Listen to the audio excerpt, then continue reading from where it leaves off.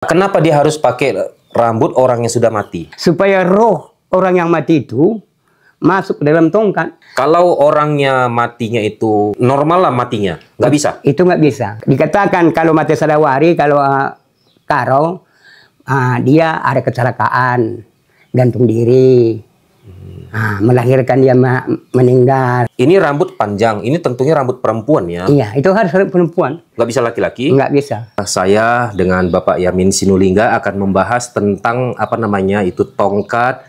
Nah, jadi tongkat ini pada zaman dahulu kala, tongkat ini sering digunakan oleh para datu-datu ataupun para guru gitu ya, atau ada kesaktiannya gitulah ya. Nah, pemirsa, ini yang saya pegang ini adalah tongkatnya. Nah, kamera jelas dari awal dari apa? Ini dari di ujungnya ini ada kayak kepala orang gitu ya, Pak ya. Terus dia di sini pun ada rambut lagi, ya. Ada rambut, di atasnya ada kayak bulu ayam gitu ya, kayak menyimpulkan topi gitulah ya. Nah, dia di bawah sini pun ada ukiran, ada lagi orang di bawahnya. Nanti kita bertanya lagi, pemirsa, ini kenapa dia harus 2 tingkat orang. Nah, di bawahnya pun ada kayak ukiran-ukiran wajah gitu ya. Oke, sekarang kita ngobrol lebih lanjut lagi, kita bedah apa aja sih legenda ada yang ada dalam tongkat ini. Oke, Pak Yamin.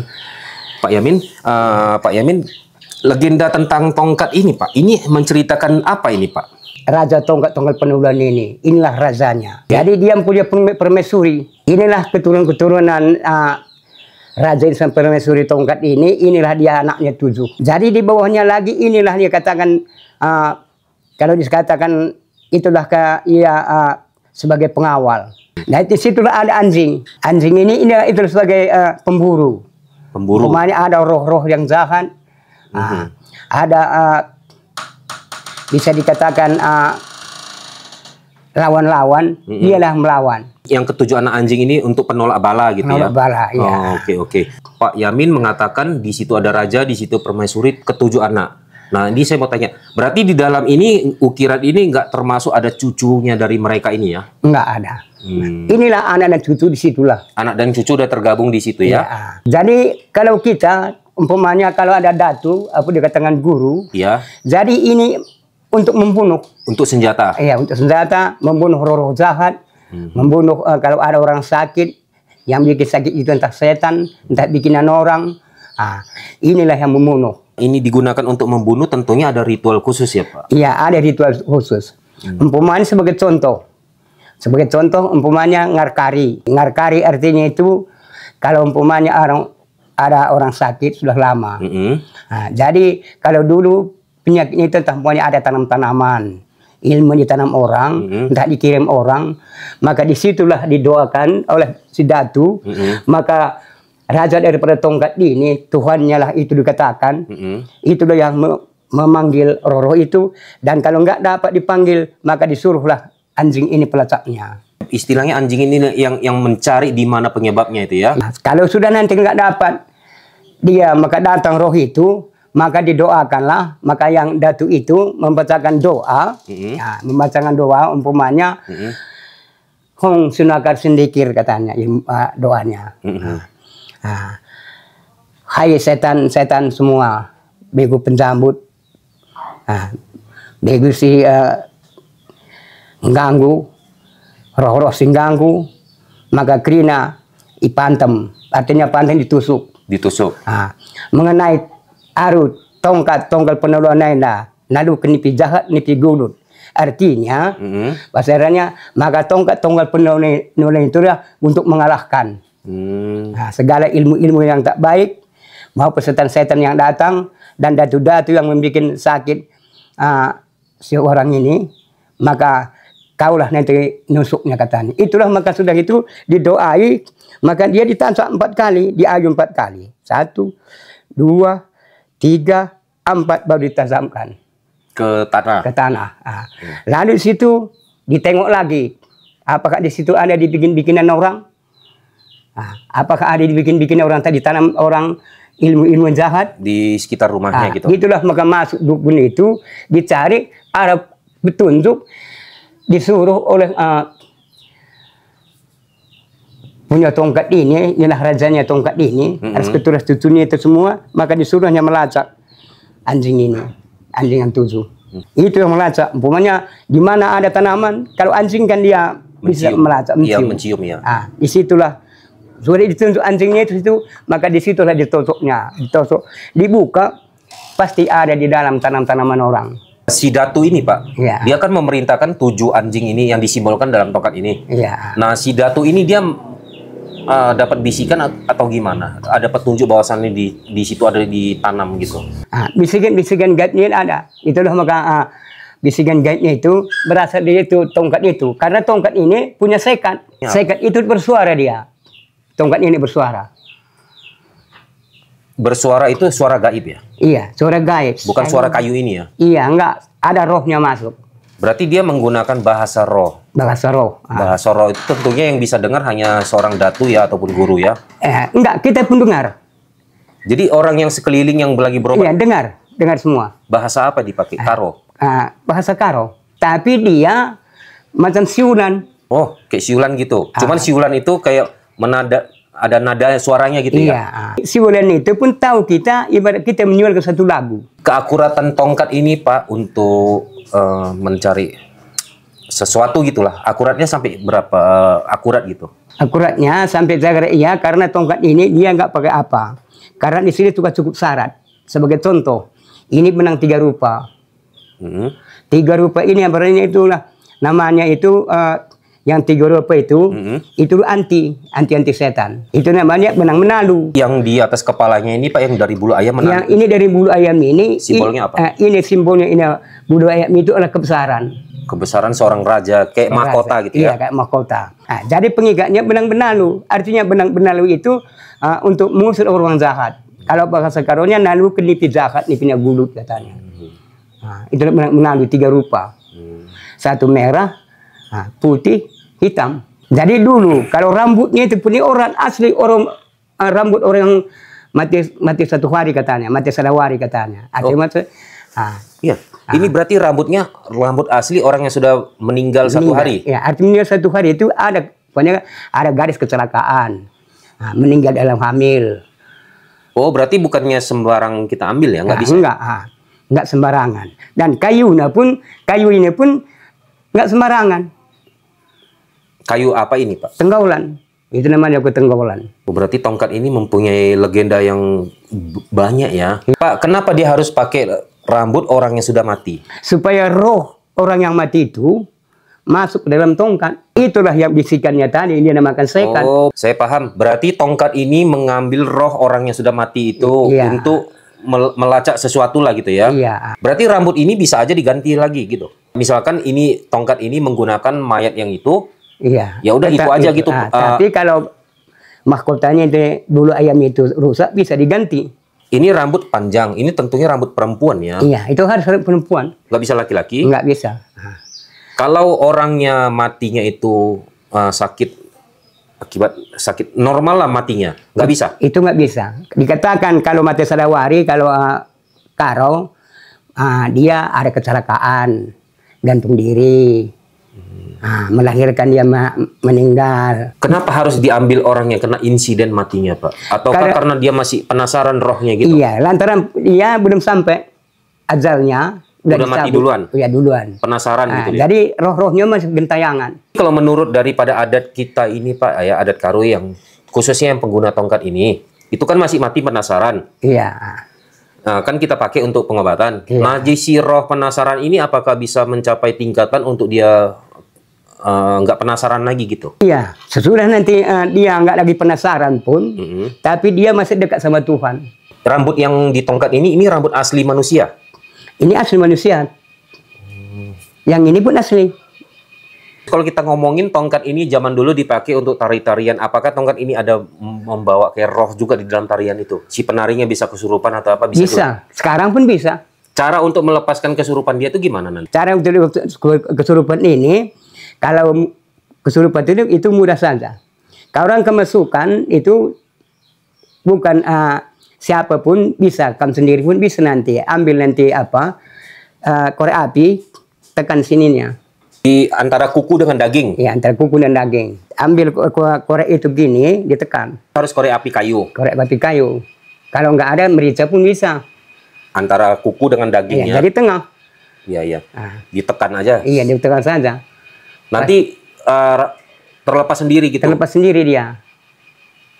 Dia menjerit-jerit atau enggak nanti? Dia menjerit, pasti menjerit. Karena sakit, roh yang masuk itu kesakitan. Nah, pemirsa, kita dapat lagi kan satu pembelajaran gitu loh. Jadi menurut legenda-legendanya terdahulu ya, saat kita itu kerasukan, untuk melepaskan orang yang kerasukan itu untuk tradisi dari Karo ini ya Pak ya. Iya. Nah, tadi yang pertama itu menggunakan batang korek api. Nah, kalau kita susah mendapatkan batang korek api itu bisa pakai merica. Merica. Pakai merica itu dia di jari tengah, sebelah kanan apa kiri Pak? Manapun bisa, kaki pun bisa kalau jari tengah. Yang penting dia di jari tengah ya. Tengah. Nah, jadi di jari tengah kita ini antara kuku dengan daging. Nah, disitulah kita tekan sekuat-kuatnya gitu ya Pak ya. Iya. Nah, nanti roh yang merasuki raga orang tersebut akan keluar dengan sendirinya. Nah, ini kayaknya ini satu masukan juga buat kita ya. Mana tahu kita lagi camping ya Pak ya, di hutan atau di mana ya. Teman-teman camping kita ada mengalami kendala. Nah, saya rasa ini cocok ya, video ini bisa di-share ke teman-teman lah ya. Jadi bagi teman-teman yang hobi pecinta alam, yang mendaki gunung itu kan sering juga terjadi ya. Karena itu kan di alam bebas ya Pak ya. Jadi kita udah mendapat satu masukan ini. Karena tongkat ini ada juga untuk mencegah penyakit, ada juga untuk mungkin langkah. Untuk kejahatan. Nah, untuk kalau langkah itu kejahatan, bukan untuk kejahatan nggak bisa. Tapi umpamanya ada orang yang kita takuti, orang-orang yang lalim.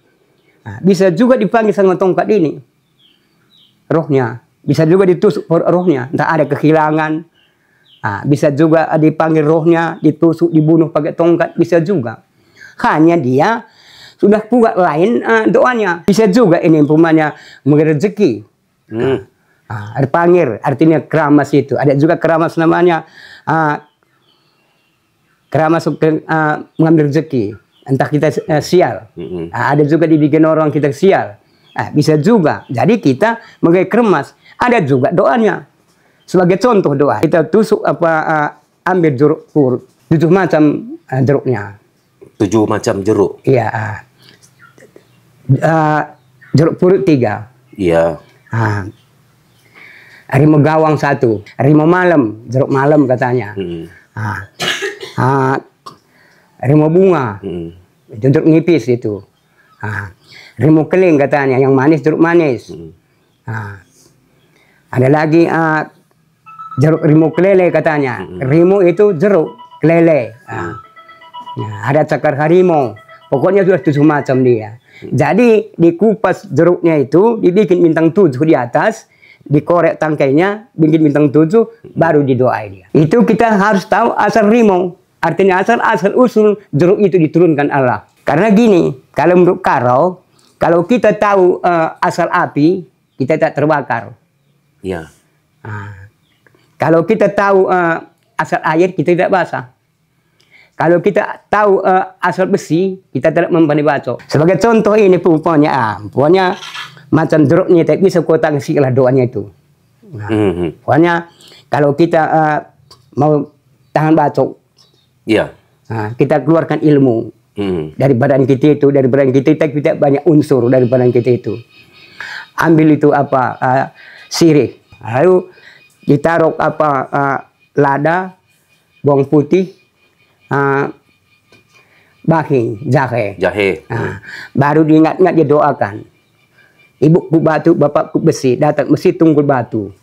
Datang batu tunggul besi. Saktam di pangalateran, saktam disembur, diurut. Di sini pegang, tekan. Di situ kita keluarkan dari badan kita zat-zat besi. Lalu putar lagi gini, tekan garis.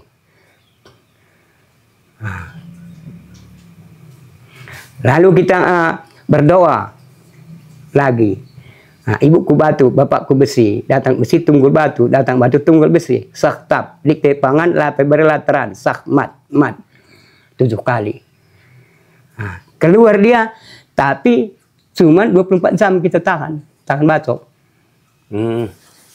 Bisa juga kempes. Enggak berani lah Pak. Gitu dia. Bisa kita. Macamnya apa yang tadi? Kalau ada nanti kemasukan, 99% keluar. baik dia. Ada yang 100 kan bikin dia satu nggak gitu. Karena kita bukan Tuhan kan. Para pengguna ilmu tahan bacok itu begitulah caranya ya. Iya. Tapi dia nggak bisa permanen ya Pak ya? Nggak bisa. Itu pun namanya semua itu nggak permanen. Itu namanya kalau kebasadawari kalau mau sekarang. Artinya tahan bacok 1 hari. Berarti istilahnya tubuh kita itu udah dilindungi sama roh gaib ya? Iya. Pak, itu kenapa di bacok itu nggak masuk perlindungan roh gaib itu? Apakah pisau itu jadi nggak tajam atau gimana? Sebenarnya itu bukan roh. Kalau kebasadawari itu. Jadi apa itu? Unsur-unsur daripada badan kita disatukan. Jadi keras gitu? Dari keras. Karena kita ada zat besi. Besinya itu dikeluarkan. Itulah mengenai doanya. Itu memang sudah terbukti ya Pak ya? Terbukti. Kalau kami pendekar-pendekar gitu kebanyakan. Bapak Yamin Sinulinga ini beliau pun seorang pendekar gitu ya? Apa dekar ya, ya Pak ya? Pendekar ya. Dekar itu artinya Bapak ini mempunyai ilmu bela diri karo gitu ya. Nantilah kita suruh Bapak Yamin Sinulinga untuk memperagakan sedikit ya kuda-kudanya gitu ya Pak ya. Kebetulan Pak Yamin Sinulinga pun sudah lama pensiun gitu ya Pak ya. Jadi latihannya udah agak berkurang. Jadi nanti mohon maaf agak sedikit kaku. Tapi intinya Bapak Yamin Sinulinga ini beliau ini guru lah gitu ya. Guru bela diri. Bukan hanya guru aja loh. Bapak Yamin Sinulinga ini pun pinter meracik ramu-ramuan untuk patah tulang ya Pak ya, patah tulang dan sebagainya lah. Jadi ramuannya dari Bapak Yamin Sinulinga ini sudah dikirim ke berbagai provinsi sampai ke Papua pun udah pernah ya Pak ya. Jadi banyak juga ya para pelatih kayak pencak silat atau karate gitu ya yang membeli produk ramuan Bapak ini untuk pengobatan gitu ya Pak ya. Oke Pak. Jadi ini kita lanjutkan kembali ke topik tongkat ini ya Pak ya. Karena tongkat ini pun kita bisa untuk apapun. Untuk kejahatan baru nggak bisa. Oh, nggak bisa dia? Ya. Tapi kalau nggak kita taat sama Tuhan, ada juga nanti tuh yang membuat tongkat ini menjadi kejahatan. Berarti istilahnya Pak, roh ini bisa kita buat baik, bisa buat jahat juga ya? Iya, hanya kalau kita buat jahat, kita pun kena karmanya gitu. Iya. Karena banyak juga datu-datu yang dulu, banyak juga yang jahat. Biasanya kalau dalam tarian itu Pak, yang megang tongkat ini ada berapa tongkat Pak? 3. 3 ya? Cuman 3 ya, nggak bisa lebih ya? Iya, nggak bisa, 3. Tapi menurut apanya, ada juga sama gundala-gundala topeng, itu 1 tongkatnya, ada juga yang 2. Dia memang di ujungnya itu ada besi ya Pak, runcingnya? Iya, inilah untuk runcingnya ini, karena tadi tongkat ini kan ditantakkan di sana dulu, baru ditarik. Berarti wajahnya itu menghadap ke mana Pak? Keluar atau ke dalam? Ke luar gitu. Rajanya itu ya? Iya. Oh. Gagah juga ya wajah rajanya itu ya. Ini seni ukir dari mana nih Pak? Aku sendiri yang bikin. Oh, ini Bapak yang ngukir? Iya. Bapak sebenarnya ahli ukir juga? Iya, tongkat. Kulit sapi bisa kita bikin, topeng gundala-gundala bisa kita bikin. Pemirsa, Bapak Yamin Sinulinga rupanya diam-diam memiliki keahlian seni gitu ya. Contohnya tongkat ini aja pun ukirannya bagus loh gitu. Jadi Bapak Yamin Sinulinga bisa juga memproduksi kulcapi ya Pak ya. Iya. Nah, ini kulcapi inilah yang dinamakan kulcapi ini dia pemirsa ya. Ini nih ya kulcapi. Ini adalah kayak kalau kita bilang kayak gitar ya, cuman ini bukan gitar, ini adalah alat musik tradisional karo. Jadi dia di sini memiliki 2 senar aja gitu ya. Nah, ini contoh suaranya cukup garing, tapi saya nggak bisa memainkan. Nah, nanti kita buat satu videonya lah untuk permainan ini ya. Ada lagi cerita satu lagi kita bikin. Nah, kalau kita ini umpamanya berjalan, umpamanya kalau dulu, kalau datu dia, kalau pergi dia bawa tongkatnya. Tapi kalau ada juga tongkat yang dibawanya, yaitu tongkat perang jalan namanya. Perang jalan? Iya, tongkat perang jalan itu pendek, tapi ukirnya sama juga kayak gini, tapi dia pendek. Nah, kalau sekarang itu tongkat komando gitulah kira-kira. Oh, tongkat komando ya biasa dipakai sama polisi itu ya? Karena tongkat ini ada 3 macam. 1 tongkat malaikat. Kalau ini tongkat penaluan. Kalau tongkat malaikat dia cuma satu ukiran di atas. Hanya rajanya aja. Hanya raja, itu aja. Lalu ada ukiran ular apa kayak gini kan ada ular gitu. Itulah pokoknya yang jahat-jahat itu ada cecak. Ini ada cecak, ada ular. Inilah kejahatan inilah yang sudah diterikat situ. Jadi begitu juga kalau berjalan ya dibawa. Umpamanya nggak kalah, ada juga roh-roh yang yang paling jahat, nggak sanggup tongkat penaluan yang membasmi, itulah maka keluar tongkat malaikat. Kalau menurut Pak ya, perkembangan zaman ini sekarang masih ada nggak yang pakai untuk ritual-ritual menggunakan tongkat ini? Itu nggak ada lagi. Udah nggak ada lagi ya? Memang ada, jarang. Tapi ada juga gitu kalau bulan purnama umpamanya gitu, yang belum beragama, tapi udah jarang. Kalau bisa debuk sana air panas itu ada juga ya. Oh, berarti itu kayak masih Pak, ajaran pemenah gitu ya Pak? Iya. Ya? Oke. Intinya tongkat ini udah digunakan untuk tarian ya? Tarian, ya. Untuk pertunjukan. Seni gitu Seni, ya. Iya. Nah, pemirsa, jadi itulah tadi cerita tentang tongkat ini, lupa lagi saya nih. Tongkat tonggal penaluan. Tongkat tonggal penaluan. Tongkat tonggal panaluan gitu ya. Artinya tongkat tonggal penaluan itu penolak bala gitu. Itulah tadi legendanya ya tentang tongkat ini ya. Jadi tongkat ini kalau di zaman dulu kala manfaatnya banyak digunakan untuk kayak sekarang ini kalau kita bilang untuk perjalanan spiritual kita ya, oleh para guru-guru ataupun para datu-datu itulah ya. Jadi kalau untuk para datu ataupun guru itu di Tanah Karo ini disebut dengan kayak orang pintar, orang sakti gitu ya Pak ya. Seperti itulah kira-kira ceritanya pemirsa ya. Nah jadi semoga video tentang tongkat ini bermanfaat ya buat kita semua dan menambah wawasan kita tentang legenda yang ada di Tanah Karo ini. Jadi mudah-mudahan legenda ini tetap ada sampai ke generasi berikutnya gitu ya. Nah jadi saya rasa sudah cukup. Semoga video ini bermanfaat buat kita semua ya.